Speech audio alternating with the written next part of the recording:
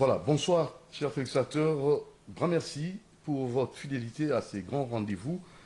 Cette émission, Grand Homme, vous permet de connaître des grandes personnalités et aussi les différentes réalisations de ces dernières. Et ce soir, nous recevons pour vous l'ingénieur Wombi Biyela Dilingi Tipé, qui est le conseiller en charge de reboisement, horticulture, protection des forêts et tourbières, membre du Conseil consultant national des forêts.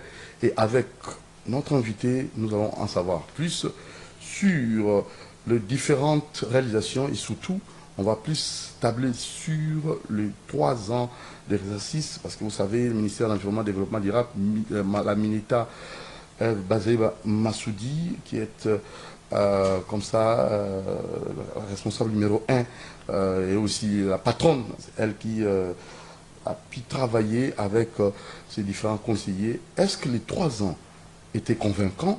Les 3 ans, le bilan des 3 ans, est-ce que c'était satisfaisant? Et ensemble, avec les conseillers Wombi Biyela Dilingi Tipé, on va en savoir plus. Bonsoir, chers conseillers. Bonsoir, bonsoir à Doudou Mouziri. Est-ce que la présentation a été complète? S'il y a peut-être des ajouts à faire, vous en avez le droit. Vous avez très bien dit. Donc, je suis ingénieur en télécommunication, c'est vrai. Je travaille ici en tant qu'expert en matière de forêt, des tourbières, d'horticulture et des protections des forêts. C'est vrai, je suis arrivé au ministère de l'Environnement. Je ne suis pas rentré par la fenêtre parce que son Excellence Madame F. Bazaïba est allée nous chercher là où nous étions à l'étranger. Il faut dire, nous sommes venus de la diaspora congolaise, n'est-ce pas? Donc, à part la partie de la présentation que vous donnez, je suis expert en circularité. La circularité, c'est l'économie circulaire. Pour avoir travaillé et été formé au sein de Veolia Propriété, formé pour ce qui est des collectes, des traitements et des valorisations des déchets. Très bien, alors c'est parti. Nous allons d'abord en savoir plus sur votre ministère. Est-ce que les 3 ans étaient satisfaisants, le bilan? Merci beaucoup et aussi merci à tous les spectateurs de CCTV qui nous font confiance encore ce soir à travers votre émission. Je pense que vous ne serez pas dessus aujourd'hui. Nous venons de passer ici sous la houlette de son Excellence Madame F. Bazaïba, ministre d'État, ministre de l'Environnement et du Développement durable, alors à l'époque vice-premier ministre, ministre de l'Environnement et du Développement durable. Vous savez que les actions concrètes que son Excellence a posées durant 3 ans, effectivement depuis le 26 avril 2021 jusqu'à ce jour, ces actions sont circonscrites dans les cadres du programme d'action du gouvernement 2021 et 2023. C'est pour dire à ceux qui nous suivent ce soir qu'un ministre ne peut pas, de par lui-même, faire des actions dans les cadres de la solidarité gouvernementale si celui-ci ne cadre pas dans l'action du programme d'action du gouvernement. Si l'action peut-être arrive n'est pas à se marier avec le programme d'action de son gouvernement, il sollicitera effectivement l'autorisation auprès du Premier ministre. Mais nous avons circonscrit effectivement ce programme d'action du gouvernement dans les secteurs de l'environnement et du développement durable.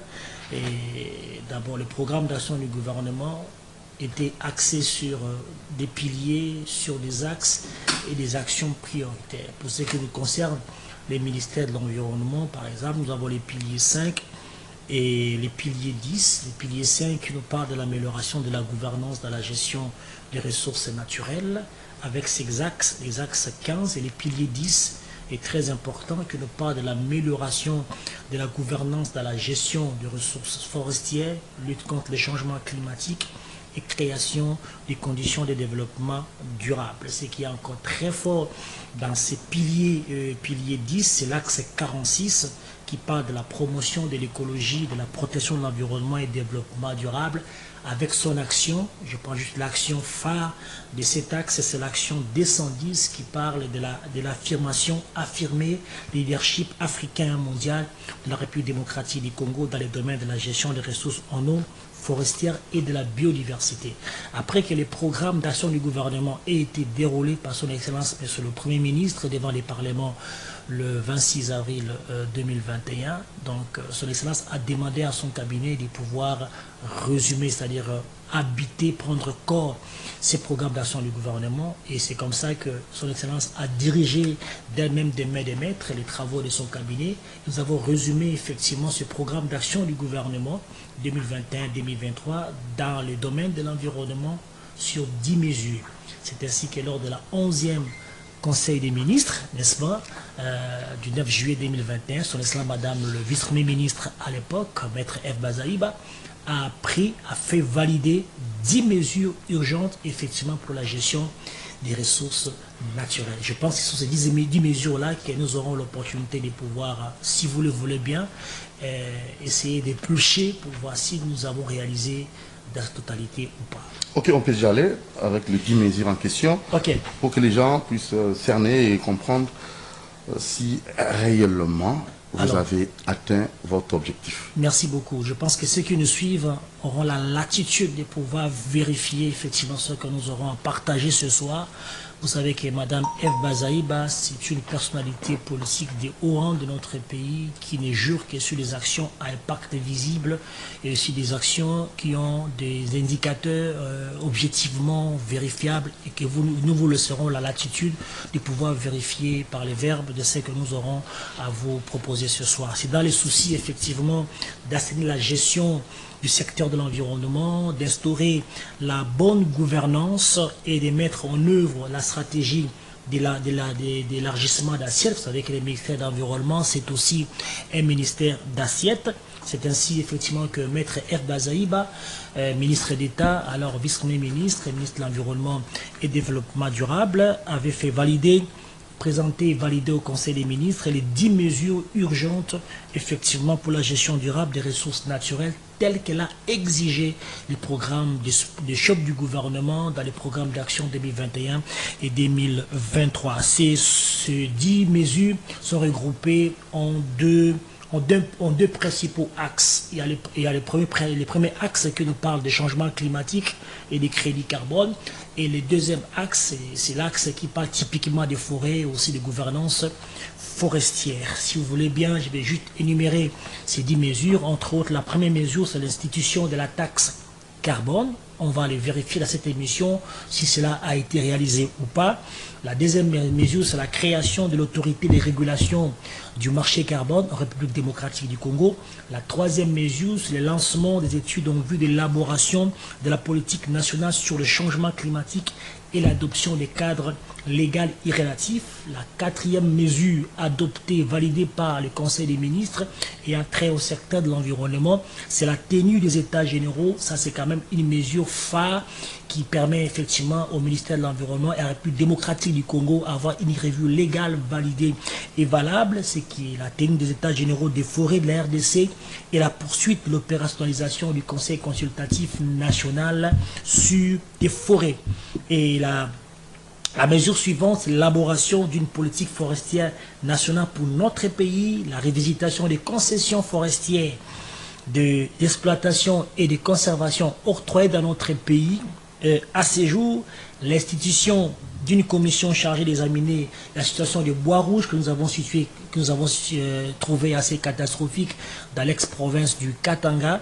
Il y a la levée du moratoire qui frappe notre pays effectivement en matière d'octroi des titres des concessions forestières, d'exploitation. Et la 9e mesure, c'est la prise d'un arrêté interministériel qui porte suspension de l'exportation de toute essence des bois d'œuvre en RDC. Vous savez que son Excellence, dans sa vision, sommes dans la vision de la conservation, qui est celui d'exploitation des bois d'œuvre. On peut s'expliquer dans l'émission. Et la dernière mesure, c'est la conciliation des données statistiques entre différents services publics de l'État qui interviennent dans les secteurs de l'environnement, entre autres l'OFIDA, l'OCC, et que ce sont les 10 mesures. Si vous voulez bien, on peut les commenter les unes après les autres pour voir si, objectivement, de façon vérifiable, cela ont été accompli.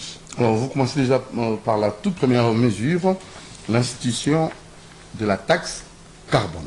Ok, donc je vais prendre les 3 mesures directement. On parle de l'institution de la taxe carbone, on parle aussi de la création de l'autorité de régulation du marché carbone. Et la 3e mesure, c'est le lancement des études en vue de l'élaboration de la politique nationale des changements climatiques et l'adoption d'un cadre légal. Vous savez qu'en République démocratique du Congo, nous avons ce qu'on appelle la loi numéro 011 009 du 9 juillet 2011 qui porte principes fondamentaux relatifs à la protection de l'environnement. Lorsque cette loi a été édictée effectivement en 2011, il n'y avait pas la donne carbone, ce qui fait que toutes les personnes, toutes les structures, les organismes et les ONG effectivement qui ont travaillé dans les secteurs du crédit carbone, tous qui ont vendu du crédit carbone, effectivement dans un marché qui n'était pas du tout régulé. Il a fallu dans un premier temps modifier cette loi-là, la loi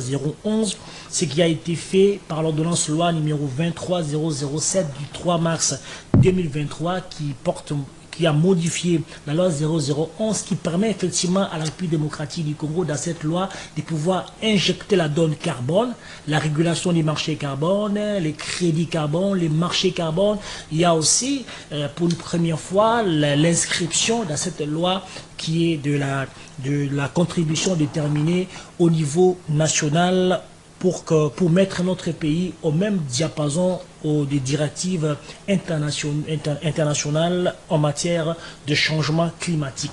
Une fois que la loi a été modifiée, ce qui permet effectivement aujourd'hui à la République démocratique du Congo d'avoir un cadre légal qui permet effectivement de réguler comme dans d'autres secteurs, que ce soit le secteur numérique ou le secteur de la télécommunication, réguler ce marché.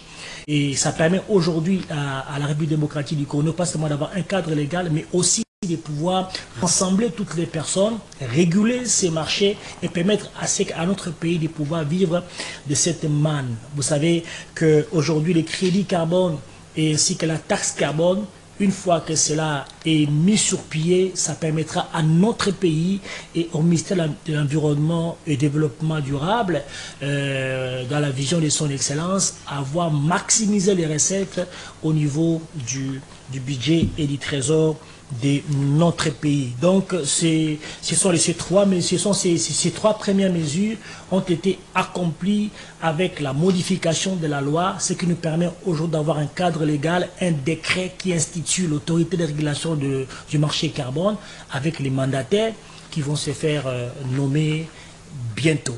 Alors là, je vais avoir une précision détail parce que bon nombre de Congolais, citoyens congolais lambda, bon, je vais pour reprendre ça peut-être à titre illustratif, ils se questionnent le crédit carbone. Est-ce qu'on a ressenti cela du concret? Est-ce que de façon palpable? Est-ce que nous avons vraiment bénéficié? Okay. Parce que quand les gens essayent comme ça de se poser des questions sur le bilan de Maman Bazaïba, votre ministre de l'Environnement et du Développement durable, le ministre d'État, la ministre d'État, comme si Maman Bazaïba a plus insisté sur ces volets des choses, mais seulement les gens se questionnent, la RDC a-t-elle bénéficié? Ok, merci beaucoup. C'est une très très bonne question qui se pose depuis toujours. Il faut comprendre c'est quoi les crédits carbone. En fait, les crédits carbone, ce n'est pas une marchandise concrète qu'on peut voir de façon visible. Je partirai effectivement d'une explication simple. Donc, même en lingala. Même en lingala. Il y a une lingala pour battre crédit carbone, toujours une. Crédit carbone, les alliés processus mon représentant mon aîné. Vous savez très bien que en Afrique, en particulier la République démocratique du Congo, marché à crédit carbone, avec la modification à la loi 011, vous allez permettre Busso de réguler le marché à crédit carbone, donc vous allez quitter na ebandeli. Et que permettre Busso sikoyo toza na makomi, toza na texte, base juridique et continue na Busso et tete bakosa la crédit carbone. Crédit carbone c'est lokonini, c'est-à-dire toza na bazamba na Busso. pesinda kisa nzete te kola ki ete nzete yangonde eliaka mo pepe ya mabe kasi ebimisa pepe malam utobeki oxygène emilaka CO2 donc gaz carbonique to ba pollution surtout kasi yangonde ebimisa ezali oxygène kasi mingi oxygène wa yangonde ezali motuya mingi pona la vie ya mokili vie pe ya mutu na kati na monde entier. Alors pona koyeba côté ka crédit carbone esengeli d'abord koyeba bozana ba crédit carbone boni elini koloba nini na pesinda kisa bozana concession forestière na yo 10 hectares 20 hectares 50 hectares 100 200 000 hectares esengeli d'abord kosala obasali étude ya quantification pona koyeba nani zamba na yo to peteni oyo zanango emelaka ba tonne boni ya ba crédit carbone, ce qu'on appelle l'étude quantitative ya biomasse pour savoir la quantité d'absorption de pollution, la quantité d'absorption de séquestration de CO2 oyo etando yo to pe concession ezali ko mela et ces valeurs là est exprimée en tonnes. Ce qui va quantifier, que concession là autant de tonnes, il y a crédit carbone, c'est alors que aux huiles label, topé certification pour dire que ta concession a été labellisée, ta concession a été validée pour dire que autant de tonnes, il y a crédit carbone. Je peux dire 100, 1000, 200 ou 10 000 ou 1000 tonnes de crédit carbone. C'est alors que na certificat wana oyo sali ya quantification ya biomasse na yo pona koyeba autant de tonnes ozanango ya crédit carbone na kati na zamba na crédit carbone ezali mo pepe mabe onzete melaka. Ce n'est pas un produit autocoté kanazandu mais ali capacité oyo zamba na yo tope eteni oya concession zana yango na ba diversité zana yango ba nzete zana kati ba biodiversité zana kati zana capacité ya komela mo pepe mabe nde sima na yango nde okokene ko teka siko crédit carbone na yo esika oyo bateka kayango. Alors, le marché à RDC, c'est un marché moko volontaire, ça veut dire régulé, ça veut dire que tu as un prix moko fixé par rapport à un marché souverain, le ça en Europe, États-Unis, partout, où la tonne de crédit carbone peut envoisiner les 150 $, alors que la tonne de crédit carbone en Cannabis, on a 4 $, 5 $, 10 $. On a vendu récemment les crédits carbone à 15 $. C'est une prouesse. Les processus, c'est-à-dire qu'au Tambola et les autres qui n'en est à combattre. Donc, il n'en est à combattre. Combien? On a tout le crédit carbone à 5 $. 5 $. 4 $, 5 $. Les lots avec le leadership, Madame F. Bazaï, son excellence, Madame la ministre d'État, a imprimé, parce que dans les tribunaux a été un des piliers. Il y a axe 10, il y a action, il y a programme, il y a gouvernement, il y a Samalou Kondé, il y a qui leadership naturel, il y a RDC dans le domaine, il y a des ressources naturelles. Je pense que la population congolaise, on va dire Kolanda Bisso n'a pas quoi alors. Ça prête d'être démenti.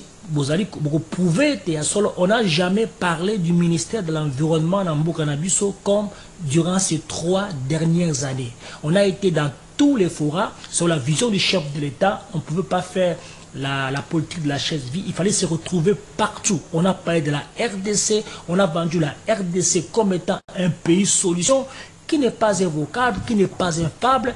C'est une réalité. Si vous voulez, on peut vous exprimer, vous le dire ce soir avec des termes chiffrés. Pourquoi notre pays, c'est un pays solution. Donc, nous sommes dans un marché qui est volontaire, ce qui fait que il est difficile pour la BISO pour atteindre la tonne de crédit carbone n'a pas 100 $. Nous sommes en train de négocier. Voilà. Et pas plus tard que quelques semaines, donc on a reçu... Les 4, 5 $ et comme le lot. On a vendu ça à 15 $. Les discussions sont en cours. Aujourd'hui, la Chine a accepté d'ouvrir son marché, un marché qui était fermé. Nous osons croire qu'effectivement, le mois, les années qui viennent, on arrivera effectivement à atteindre les 25, les 30, pourquoi pas les 50 $, la tonne de carbone. Ça, c'est très, très, très important. Et puis, à côté, à tonne, il y a crédit carbone qu'on appelle taxe taxe carbone.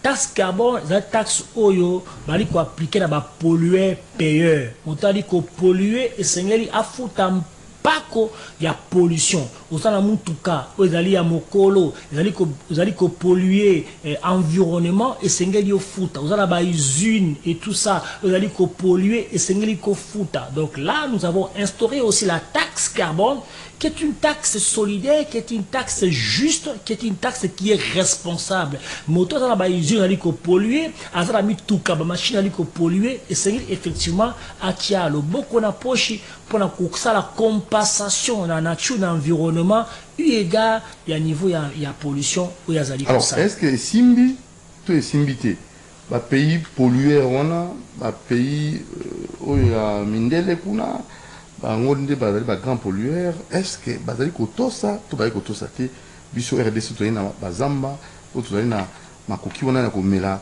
mpepe na ngo oyo ya mabe yangonde bitumba oyo mwana mboka maître Ebazaiba abundeli mboka na biso uta aza na mosala na direction du ministère environnement et développement durable ebike lelo plusieurs années, c'est les qui, 12, 13, 14 ans, où il y a pollueur, c'est un principe où ils ont qui voté dans l'Assemblée des Nations Unies en ce qui concerne les changements climatiques puis biodiversité, n'est-ce pas? L'article 20 et 21, la Convention 4 des Nations Unies sur la biodiversité, ils ont dit que le Seigneur bato bazali ko polluer mingi bambo bazali ko polluer mi bacha maboko na poche pour na ko soutenir yango et l'article 21 bazali ko parler biso sur des mécanismes ya sika pour na ko financer aux ali perte ya biodiversité kasi ba promesse au baron bazwaka ya ko injecter 100 milliards de dollars chaque année pour na ko soutenir bamboka loko ya biso la RDC qui est à la fois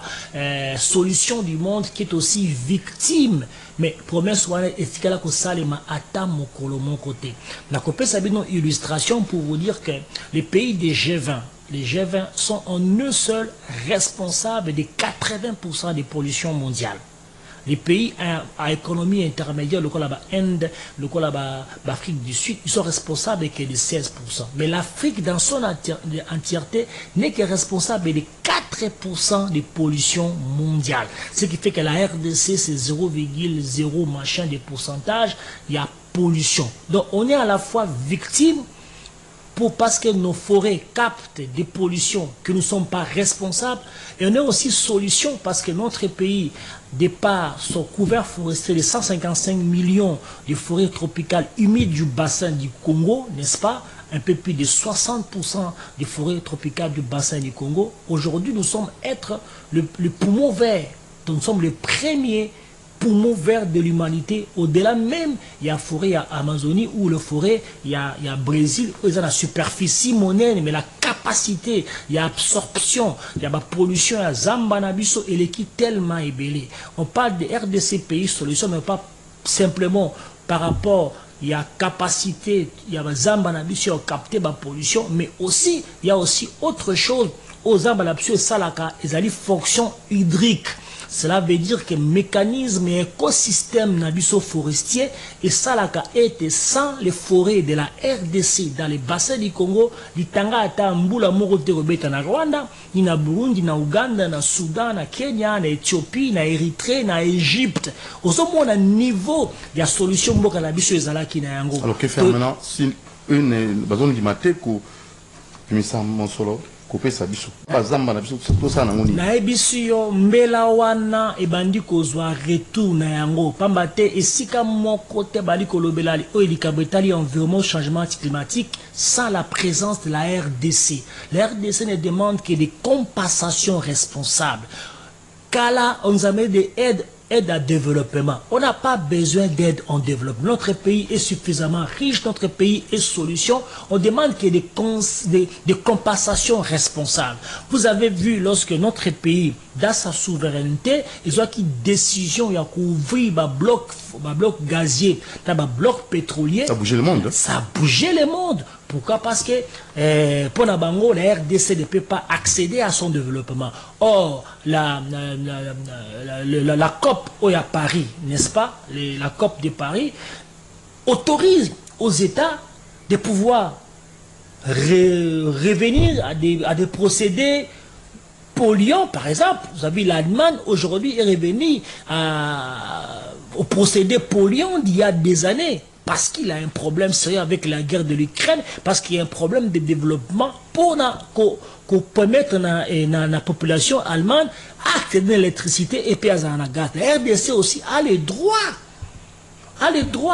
On a eu 27 blocs pétroliers. Il n'y a que 6 blocs qui ont posé problème. Et pourquoi est-ce qu'ils ne veulent pas travailler avec nous sur les 21 blocs pétroliers, permettre à la RDC de pouvoir accéder aussi au développement? Parce qu'il y a aussi l'ODD, non?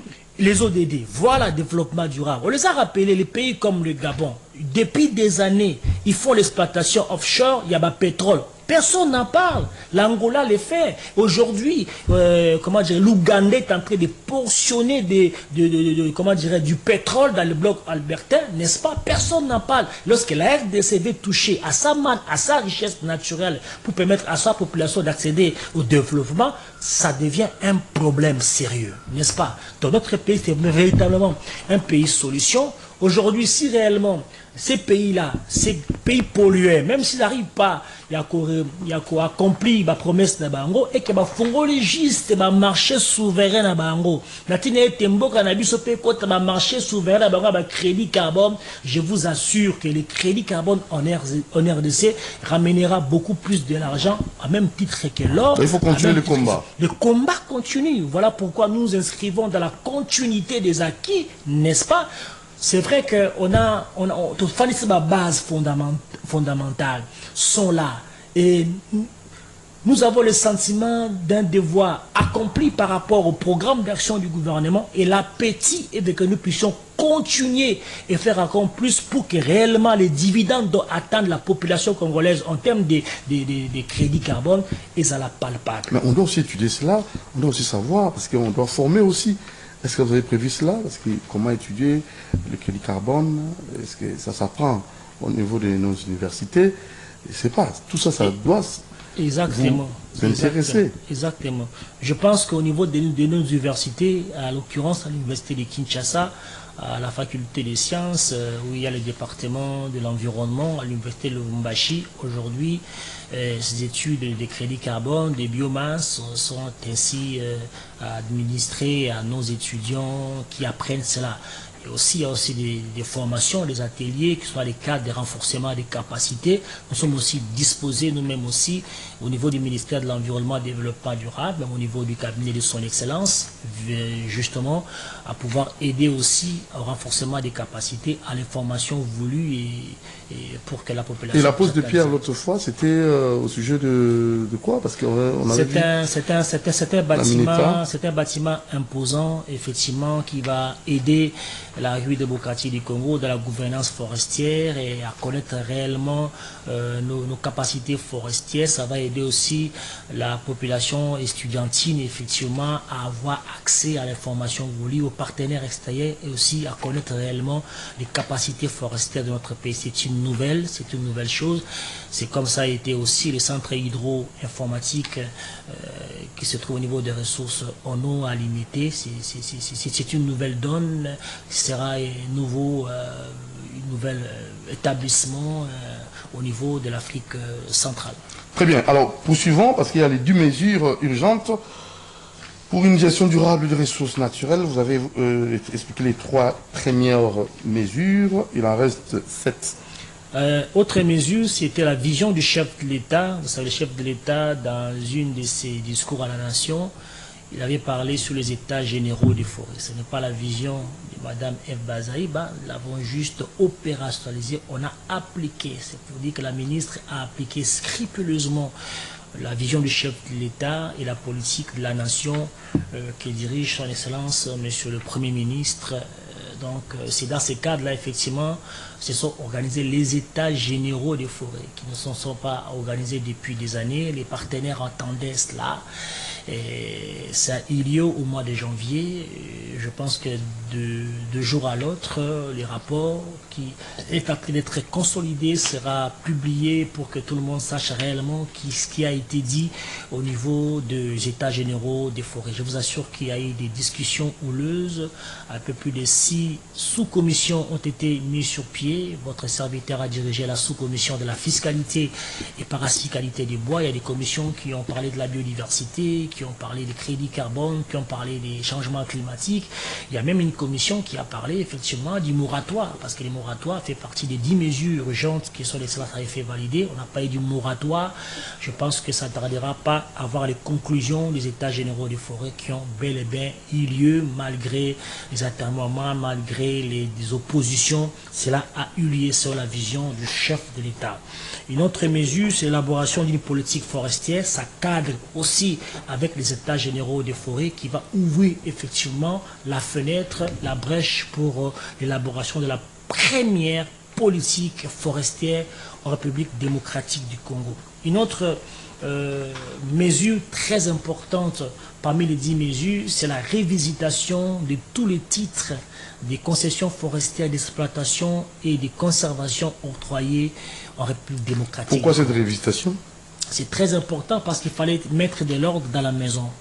Nous nous sommes rendus compte qu'il y a des contrats qui ont été octroyés sans le respect de la procédure. On s'est rendu compte qu'il y a des CCF, des concessionnaires qui travaillent en toute illégalité, qui ne payent pas des redevances dues à l'État, qui ne respectent pas les clauses des cahiers des charges, qui ne respectent pas du tout la réglementation en vigueur. Il a fallu qu'effectivement cette commission qui a été mise sur pied en avril 2022 par son Excellence, Madame Ebazaï, va plus travailler. Et il a eu mis du temps pour travailler. Le travail n'a commencé qu'au mois de décembre 2022, on a fini le travail que là, en 2023, au mois de septembre, après les recours. C'est pour vous dire qu'aujourd'hui, la RDC a une revue légale. Les contrats ont été révisités. Sur base de cela, il y a plusieurs contrats ont été ainsi validés, plusieurs autres ont été tout simplement résiliés. Il y a aussi des cas de mise à demeure et je vous assure, c'était très difficile pour nous. Nous avons reçu des pressions, son Excellence a eu des pressions énormes en interne comme en externe. Nous bénissons Dieu que nous avons tenu. Nous avons tenu, cette commission a eu lieu, les rapports ont été rendus publics, ce qu'il fallait être fait a été fait et nous sommes heureux effectivement que cette mesure qui cadre avec la vision du gouvernement, les programmes d'action du gouvernement a été ainsi accompli. Coup de chapeau. Alors, l'institution d'une commission chargée d'examiner la situation des bois rouges. Effectivement, cette commission a été mise sur pied. Abandonnée ou est stockée dans l'ex-province du Katanga. Qu'en est-il? Exactement. La commission, finalement, nous avons trouvé la commission qui existait déjà, nous l'avons revitalisée, il a fait son travail, il a rendu effectivement son rapport, n'est-ce pas? Je pense là est en train d'être exécuté. Ou déjà, parce que dans ces bois qui étaient abandonnés et stockés, sont des bois rouges qui ont une valeur marchande vraiment très importante et non négligeable. Ordre Salemaki, on a recensé effectivement ce qui appartenait à l'État. Effectivement, l'État s'en est chargé pour effectivement soutenir les actions des États généraux des forêts. L'ordre a été mis à ces niveaux-là. Mais comme nous sommes dans les moratoires, n'est-ce pas, on attend les conclusions du rapport de la commission qui a travaillé dans une sous-commission qui concerne les moratoires, ce qui permettra effectivement à l'autorité et à les forêts dans ses attributions de pouvoir prendre les décisions définitives en ce qui concerne les moratoires octroyés pour les titres des contrats de concession forestière en République démocratique du Congo. Il y a aussi la 9e mesure qui est celui de l'interdiction d'exportation des bois d'œuvre. Vous savez que depuis l'arrivée de son Excellence, elle a la vision de pouvoir protéger. Vous savez que depuis 2021 aussi, l'humanité est rentrée dans la décennie de l'écosystème, de la restauration des écosystèmes. Aujourd'hui, il est de notoriété publique qu'un arbre debout vaut plus qu'un arbre abattu. Ce qui prouve que depuis 3 ans, son Excellence n'a octroyé aucun titre, aucun contrat, n'a signé aucun contrat de concession forestière d'exploitation industrielle qui sont frappés par les moratoires. Il n'a jamais octroyé un contrat. Mais par contre, pour les concessions forestières de conservation qui ne sont pas frappées par les moratoires, on en a octroyé quelques-uns et les commissions ont travaillé pour que ce travail soit méticulé. Et la 10e mesure qui est la conciliation des statistiques, c'est une mesure qui a été aussi accomplie avec les commissions qui ont été créées, travaillé avec l'OFIDA, avec l'OCC, et particulièrement le ministère des tutelles et le ministère des Finances, qui nous a beaucoup aidé aussi dans ces cadres-là. C'est pour vous dire qu'effectivement, le programme d'action 2021-2023 qui a été ainsi inscrit dans l'agenda du ministère de l'Environnement et Développement durable ont été accomplis. Nous laissons tout simplement à ceux qui nous suivent de pouvoir avoir des indicateurs vérifiables pour vérifier si réellement les programmes d'action, les 10 mesures que l'autorité avait prises en son temps n'ont pas été accompli. Alors, en termes de pourcentage, vous avez obtenu combien? En termes de pourcentage pour l'accomplissement des programmes du gouvernement, oui, nous sommes à 100%. 100%. Et vous savez aussi, peut-être vous ne posez pas la question, nous avons trouvé, lorsque nous sommes arrivés en responsabilité, les programmes présidentiels que nous avons fait sienne dans les cadres de la continuité du pouvoir. C'est des programmes des milliards d'arbres que nous avons appliqués avec objectivité, avec bravoure.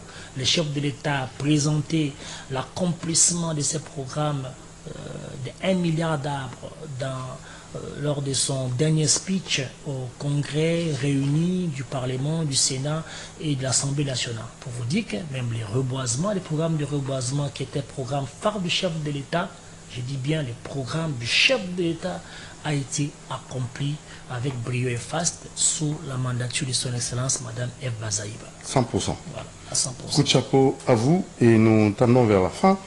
Tout ça, c'est purement politique, c'est ça. Et vous avez technique aussi. Technique aussi, oui. Et vous avez aussi insisté sur les côtés lucre. Maintenant, les gens se questionnent. Qu'en est-il de l'assainissement de la ville? Ok, ça c'est une question vraiment qui vaut la peine de se poser.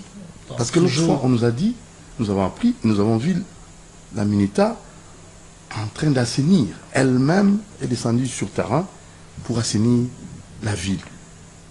Eve Bazaïba va en guerre contre l'insalubrité. Alors, c'est vers la fin de son mandat. Effectivement. Mais pourquoi ce n'était pas au début? Non, qu'est-ce qui préoccupait? Absolument. Alors, ça, il faut expliquer les textateurs, parce qu'ils pensaient qu'avoir Maman Eve Bazaïba à la tête du ministère, nécessairement, la propreté, la netteté. Voilà. Alors, tout ce qu'elle a fait là, ça ne vaut pas la peine. Okay. 10 mesures, bah, ça qui Maman Eve. Hein? Il y a gouvernement. Le gouvernement est PC, mon misala. À l'andelango. À Kokisi, toi, Kokisi. À Kokisi, toi, Kokisi. À Kokisi. Bateau, bah, on a biso, bah, on va dire qui est comme la belle. Est-ce que vous avez dit mon salaire n'a doté? Voilà. La PC de Komomingi pour la motuna, on est très à l'aise pour nous répondre. En gros, bah, action, il y a Maître Eve Bazaïba, au niveau du ministère de l'Environnement, na Ebandeli, Izalaki, na ba axe nyonso. Et l'assainissement, c'était un des axes prioritaires à Mokonzi. Et je pense que sur la réunion au Conseil des ministres, il va présenter le plan d'assainissement à la République démocratique du Congo, en particulier la ville-province à Kinshasa. C'est alors que le gouvernement a donné une résolution, d'abord avec l'arrivée de pape à Kinshasa, il y a Kwaseni, Mbokanabiso, et puis ça qui est retardé, cela a été fait avec l'arrivée des reliques, il y a Lumumba. Le gouvernement a pris la résolution déjà en août-septembre 2021, sous l'impulsion, il y a Maman Eve Bazaïba, ministre de l'Environnement, à l'école vice-premier ministre, à cela qui va plaidoyer pour que le gouvernement central aille prendre subvention, subventionner l'entité administrative décentralisée pour lutter contre les salubrités. La Sabino était Moussala est ministre national, il y a environnement et développement durable. Vous allez juste couper sa vision politique, il y a assainissement en Bokana Bissou. Mais l'opérationnalisation, il y a politique, il y a assainissement, et taliban entité administrative décentralisée.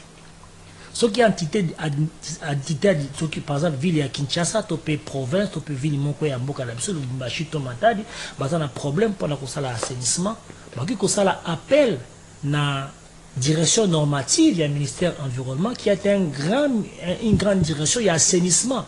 À l'époque, on appelait ça PENA, Programme National d'Assainissement. Voilà que depuis septembre 2021, le gouvernement a validé aux gens qui plaidoyaient il y a mon conçu aux azali kotam samsala environnement et développement durable na ngwana ville province ya Kinshasa ezali sonité ville ya Kinshasa abandai kozwa depuis le kowana 2 millions de dollars tous les mois pour la soutenir ba action il y a assainissement. Je pense que l'opérationnalisation qui émane ezali programme ezali musala ya ville, il y a ba gouverneur, il y a ba AT. Je pense que c'est vers eux. Quel est le bilan au par rapport il y a application, il y a politique nationale, il y a assainissement. Le gouvernement Pessima Boko, c'est à vous de faire le travail qu'il faut. Si vous avez vu maman Eve Bazaïba, son excellence madame Nabalaba, combat musala et assainissement, il y a une éco-citoyenneté, un geste responsable, qu'on peut s'endakisa. C'est vrai qu'à ça qui musala assainissement n'a pas outil au singalité.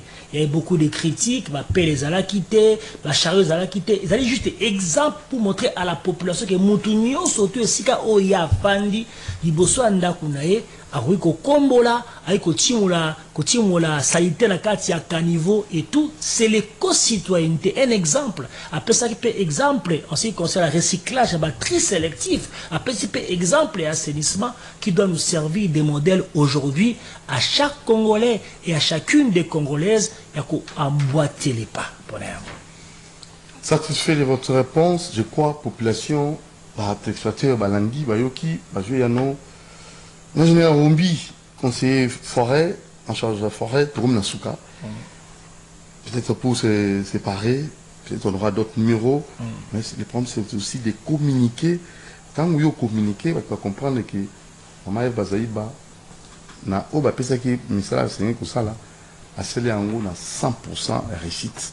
Ce que le baraté, les débatteurs, les indicateurs sont vérifiables. C'est la population congolaise de vérifier réellement si ce que nous disons ici, c'est vrai ou pas. Nous avons des chiffres, nous avons des éléments qu'on peut partager avec vous. On ne travaille pas en dehors du programme d'action du gouvernement. On travaille dans le programme d'action du gouvernement que le chef de l'État a imprimé comme vision et coordonné par les coordinateurs. Et vous avez 100%. On a tout vous avez atteint 100%. On a tout accompli. Coup de chapeau, à la prochaine occasion, l'ingénieur Wumbi Biela Dilingitipé, lui est conseiller en charge du reboisement, horticulture, protection des forêts et tourbières. Tout ce qui est la tourbière était. Ah, tourbière, on a caqué, ça fait plus de 30 gigatonnes de carbone.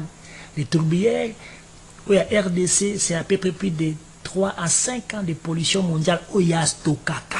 Wana yakake, Malasima Tobete, Amasola Tourbière, pour vous montrer comment la RDC est toujours et restera pays solution. Très bien. À la prochaine occasion. Merci. Très bien. Alors, merci à Moron Djambé qui était là comme caméraman et réalisateur de cette émission. Merci à tous les membres du cabinet, Mineta, Bazeba Massoudi, et pourquoi pas tous les conseillers du CABA, CECABA, et pourquoi pas les conseillers en communication, Michel Koyapa et tous les autres. Nous allons vous retrouver très prochainement. Je crois que si vous avez des questions, le numéro est affiché au bas de votre petit écran. Posez vos questions et moi je vais contacter le conseiller Wumbi Tipé. Il va répondre à vos différentes préoccupations. Portez-vous bien. Doudou Montier vous aime beaucoup. Ciao.